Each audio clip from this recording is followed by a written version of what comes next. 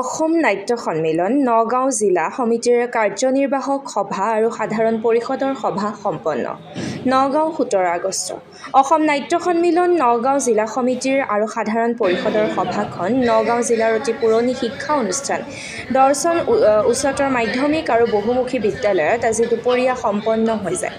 এই সভাতে আগন্তুক ব্ৰজ শৰ্মা নাট্য সপ্তাহ অহা 19 ছেপ্টেম্বৰত অনুষ্ঠিত কৰাৰ মানসেৰে বিভিন্ন বিষয়ত আলোচনা কৰাৰ লগতে ব্ৰজ শৰ্মাৰ ওপৰত এক বক্তৃতা অনুষ্ঠানো আয়োজন কৰাৰ প্ৰস্তাৱ গ্ৰহণ কৰা হয়।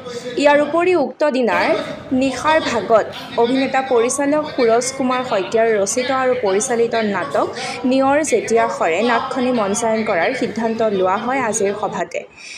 আজি এই সভাৰ সভাপতিৰ আসন শুৱনি কৰে নগাঁও নাট্য সন্মিলনৰ সভাপতি মনোজ বৰদলৈ। আজি কাৰ্যনিৰ্বাহক সভা আৰু সাধাৰণ পৰিষদৰ সভাই আমাৰ দুটামান কাৰ্যসূচী আগন্তুক কাৰ্যসূচী গ্ৰহণ কৰে। সেই হিচাপে বজ্ৰনাথ শৰ্মা সোঁৱৰণী যিটো সামৰণি অনুষ্ঠান অহা 19 ছেপ্টেম্বৰত নগাঁৱৰ এখন কলেজত আমি অনুষ্ঠিত বক্তৃতা স্মাৰক যিটো বক্তৃতা অনুষ্ঠান সেইটো অনুষ্ঠান অনুষ্ঠিত কৰিম। তাৰপিছতে জিলা পুথিভঁৰালত এখন আমি নাটক অনুষ্ঠিত কৰিম।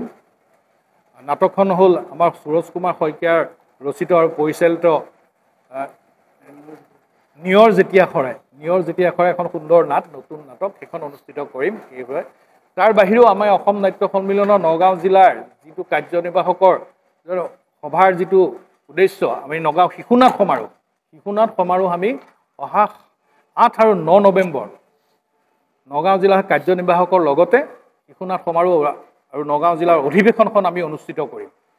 এই গোটেই সময়খিনিত আমি অসম নাট্য সন্মিলনৰ যিটো প্ৰসাৰ আৰু প্ৰচাৰৰ ক্ষেত্ৰত যিখিনি আমি কাম কৰিবলগীয়া আছে আমি কৰি যাম। আৰু অসম নাট্য সন্মিলনক পৰৱৰ্তী পৰ্যায়ত আমি যিমানখিনি আগুৱাই নিবলৈ প্ৰচেষ্টা হাতত লৈছোঁ সেইখিনিত আপোনালোকৰ সহায় সহযোগিতা আৰু উপস্থিতি কামনা কৰিছোঁ। গতিকে অহা 19 ছেপ্টেম্বৰ যিটো আমাৰ কাৰ্যসূচী আছে বজ্ৰনাথ শৰ্মা সোঁৱৰণী যিটো কাৰ্যসূচী আছে কেন্দ্ৰীয় কাৰ্যসূচী আছে সেই কাৰ্যসূচীক সকলোকে আমি অনুৰোধ জনাম যে আপোনালোক সকলোৱে আহক। আমাৰ এই কাৰ্যসূচী সফলমণ্ডিত কৰিবলৈ আপোনালোকে আমাক সহায় সহযোগিতা কৰক। আৰু ৰাতি যিখন নাটক আছে সেই নাটকখনলৈও আপোনালোক আহক।